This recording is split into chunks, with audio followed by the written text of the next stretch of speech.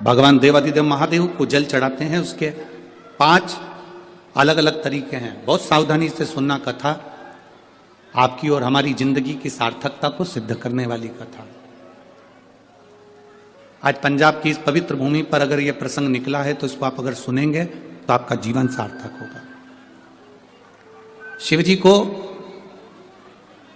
5 तरह से जल चढ़ाने का तरीका है। जैसे पंचामृत होता है, दूध, दही, शहद, घी, शक्कर, ये सब पंचामृत के अंतर्गत आते हैं। उसी तरह शंकर जी को 5 तरह से जल चढ़ाने का क्रम वर्णित किया गया। अब उसको समझेंगे, बहुत सावधानी से समझिएगा। पहला, जल लेकर आए, सीधे डायरेक्ट शंकर भगवान के शिवलिंग पर चढ़ा दिया। यह प्रथम जल का चढ़ाने का तरीका। दूसरा, जहां से पानी बहकर जाता है, जहां से जल बहकर जा रहा है, उसके ठीक विपरीत जल उत्तर में जा रहा है। आप दक्षिण में खड़े होंगे और दक्षिण में खड़े होकर उत्तर की ओर मुख करेंगे और शिव जी को जल समर्पित करेंगे। यह रोग मुक्ति करने वाला है और हमारे रोग पर हमें विजय प्रदान करने वाला। यह जल चढ़ाने का तरीका। एक, सीधे मंदिर में गए, लोटा भरकर जल उठाया, शिव जी को चढ़ा दिया। दूसरा, जल जहां से पानी बहता है, शिव जी का चढ़ा हुआ जल जहां से बहकर जाता है, उसके ठीक विपरीत में शिव जी का जल इधर जा रहा है तो तुम यहां खड़े हो, तुम यहां बैठो, यहां मत बैठना, यहां मत बैठना, इधर बैठो। अगर रोग का निवारण है तो यहां बैठकर। तीसरा, अशोक सुंदरी से जल चढ़ाते चढ़ाते शिवलिंग तक लेकर जाना और शंकर भगवान के शिवलिंग पर पूर्ण जल समर्पित करना। यह तीसरा तरीका। यह कार्य की सिद्धता के लिए। हम जब किसी से आस ना लगाकर परमात्मा से विनती करते हैं तो वो विनती करने का तरीका। तीसरा। चौथा, शिव जी पे चढ़ा हुआ जल 5 जगह पर समर्पित करना। गणेश जी, कार्तिकेय, अशोक सुंदरी, शिवलिंग और जलाधारी। ये चौथा क्रम है। जब जिस नारी का, जैसे मेरा नाम मोनिका है, मेरे पति का नाम संजय सिंह है, मैं दिल्ली स्वरूप नगर की निवासी हूं, मेरा फोन नंबर ये है। कहीं बैठी हैं? मैं बाबू को लाए हैं क्या? नहीं लाए? ठीक है, मैं प्रणाम करने के लिए लाई हूं। गुरुदेव, बाबा बाबा बैठिए बहन। शिव तत्व एक जल चढ़ाने का तरीका। शिव जी को हम जो जल चढ़ाते हैं उसका एक तरीका भी हमारी जिंदगी में अगर हमने उसको स्मरण में रख लिया तो हमारी कार्य की सिद्धता को सिद्ध कर देता है, हमें सफलता की ओर लेकर चले जाता है। सीधे जल चढ़ाना, दक्षिण में बैठकर उत्तर की ओर मुख कर कर जल चढ़ाना, अशोक सुंदरी से लेकर शिवलिंग तक जल चढ़ाना, 5 स्थान पर गणेश, कार्तिकेय, अशोक सुंदरी, जलाधारी, शिवलिंग पर जल चढ़ाना 5 स्थान पर। ये चौथे नंबर का। और 5वां जल समर्पित करना। 5वें नंबर का जो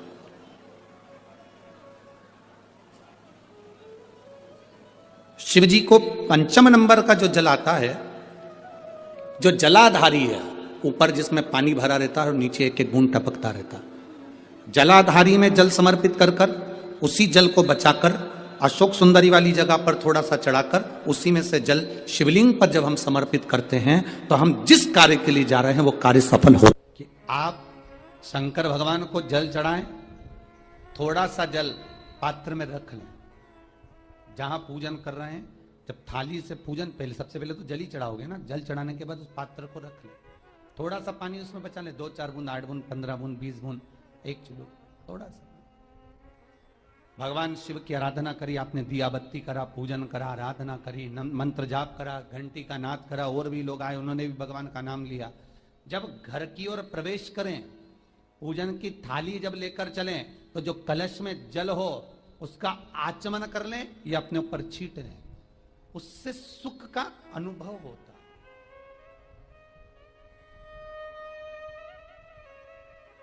स्कंद पुराण कहती है मनुष्य के जीवन के दुख को समाप्त करने में जल की परिभाषा प्रबल है। फिर निवेदन करूंगा, कहीं जाकर मत रोइए, कहीं जाकर मत कहिए कि आपको तकलीफ क्या है। ना रिश्तेदारों से, ना नातेदारों से, ना कुटुंब से, ना कबीले से, ना अपनों से, किसी से नहीं कहना कि दुख क्या है। बस इतना करना कि किसी मंदिर में अगर पूजन करने जा रहे हो, आप जिस पाठ को कर रहे हो, जो पाठ आप करते हो, हमें ये भी नहीं कहना कि तुम शंकर का पाठ करो, हम तो ये भी नहीं कहेंगे कि शिव कवच करो, हम ये भी नहीं कहेंगे कि हम बताएं वो वाला पाठ करो। तुम तो जो पाठ करते हो, तुम जो स्मरण करते हो, जो तुम मंत्र जाप करते हो, जो तुम नाम जाप करते हो, तुम्हारी मर्जी, तुम जो जपते हो, बस उस जप के समय पर कटोरी में, गिलास में, तांबे के पात्र में, पंचपात्र में जल हो, और उस जल का आचमन, उस जल का सींचन दुकान पर, घर पर रोज करना प्रारंभ कर दो। आधे से ज्यादा तुम्हारी तकलीफ, आधे से ज्यादा तुम्हारा कर्जा, आधे से ज्यादा तुम्हारा दुख तो भगवान यूं ही समाप्त कर देगा, यूं ही।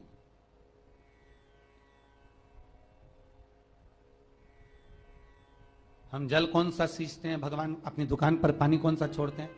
अपने घर पर जल कौन सा सींचते हैं? जब मटके में से भरकर लिया है, कुंड में से भरकर लिया है, अपने घर में नल में से भरकर लिया है, और वो पानी लाने के बाद में अपन सब दूर छीट दिया। अपन वो वाला पानी कभी नहीं छीटते जो रखा है, जो आराधना के लिए रखा है, साधना के लिए रखा है, जो भगवत स्मरण के लिए रखा है, हमने वो नहीं छीटा। हम तो भरकर लाए और छीट दिए। अरे भाई, बहुत दुख है, बहुत तकलीफ है, बहुत कष्ट है, कहीं मत भटको। जिससे तुम्हारी अच्छी पटे उसका स्मरण कर कर, उसका भजन कर कर, उसका कीर्तन कर कर, उसका नाम जाप कर कर। हम तो ये भी कहते हैं कि तुम जो भजन कर सकते हो, तुम जो स्मरण कर सकते हो, तुम्हारी चित्तवृत्ति में जो अच्छा हो तुम वो करना। हम भी बताएं तो भी मत करना। तुम्हें अच्छा लगे तो करो, नहीं लगे तो तुम जो कर रहे हो बहुत अच्छा करो, तुम उसको जो। ये जो शंकर जी के ऊपर जो जलाधारी रहती है, जिसमें से बूंद बूंद पानी गिरता है, ये जलाधारी में एक लोटा पानी जो हम चढ़ाते हैं, और शंकर जी के ऊपर एक एक बूंद जो पानी गिरता है, उस पानी का पुण्य, शास्त्र कहता है श्रावण के महीने में कांवड़ ले जाकर गंगा का जल शिव को समर्पित करना, गंगोत्री से जल लाकर रामेश्वर को समर्पित करना, उससे 1000 गुना पुण्य जलाधारी ने एक लोटा पानी डालकर बूंद बूंद शंकर पे चढ़ाने के बराबर हो जाता है। उससे 1000 गुना पुण्य उस फल का प्राप्त हो जाता,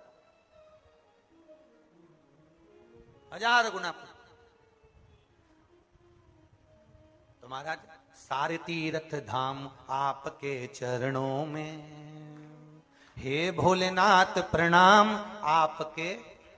जब सारे तीर्थ, सारे धाम, सारे पुण्य, सब कुछ यही, कितना सुंदर लिखा कि आप किसी तीर्थ में नहीं जा सकते, आप सारे सरोवर में नहीं जा सकते, आप किसी नदी तालाब का स्नान नहीं कर सकते, तो शिव महापुराण में जाकर बैठ जाइए। क्यों? क्योंकि सारे तीर्थ, सारी नदियां, सारे तालाब, सारे सरोवर, सब कुछ शंकर की कथा में आकर बैठ जाते हैं। जहां तुम बैठे हो वहां सारे तीर्थ विराजमान है, सारे तीर्थ वहां पर है, आपको कहीं नहीं जाना, यही स्नान। कहां गंगा नहाने जाओ? अब वो भगवान जब विनायक का सिर कट गया, माता पार्वती जब जिस पुतले को तैयार करी थी विनायक को, तो उसका सिर किसने काटा था? शंकर भगवान ने। तो पार्वती ने तुरंत भगवान शंकर से कहा, अगर मेरा बेटा जीवित नहीं होगा पूरी पृथ्वी को तोड़ दूंगी। भगवान ने जोड़ दिया, सुनी ना कथा, जोड़ दिया।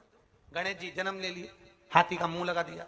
एक दिन पार्वती जी ने बोला, प्रभु प्रभु, शंकर जी बोले, बोल प्रभु, बेटा मर गया था तो मैंने गंगा जी से कहा था कि तुझे 1.25 लाख दीप का दान दूंगी अगर मेरा बेटा जिंदा हो जाएगा। मेरा बेटा जीवित हो गया, मैं 1.25 लाख आटे के दिए बनाई हूं, चलो अपन छोड़ते। पार्वती जी बोली, कौन कौन? एक अपनी पत्नी, एक अपने पड़ोसी और एक अपना पुत्र। अच्छे से अच्छा विद्वान, कोई महाविद्वान से विद्वान भी होगा तो अपनी पत्नी को नहीं समझा सकता, उसको कितने भी समझा लो। पति बोले कि देख कल एकादशी है, कितना भी बड़ा विद्वान पंडित होगा वो भी कहेगा ना कल पत्नी से कि कल एकादशी है, तो पत्नी नहीं करेगी जब तक वो 2-3 को फोन लगा के नहीं पूछते तू कब कर रही।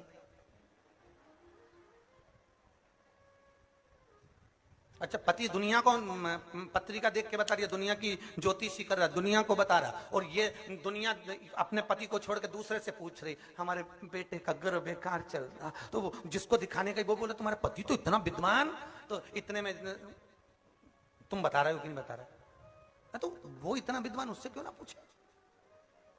अच्छे से अच्छा विद्वान भी नहीं बता।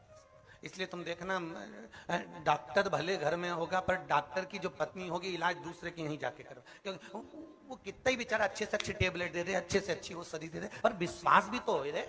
अरे बोलो तो सरी जीजियो, विश्वास भी तो हो। या तो विश्वास की तो बात नहीं। शंकर भगवान बोले मेरे चरणों में आकर तू दिया लगा दे, या दिया लगा नहीं तो मेरे साथ गंगा जी के घाट चलो। चले गए भगवान भोलेनाथ। गणेश जी बोले हम भी चलेंगे। भगवान पार्वती जी बोली इसी के लिए तो मिन्नत करी थी, इसको भी ले चलो। गणेश जी को भी ले गए। गणेश जी को बिठा दिया घाट पे इतनी दूर, यहाँ गंगा बह रही।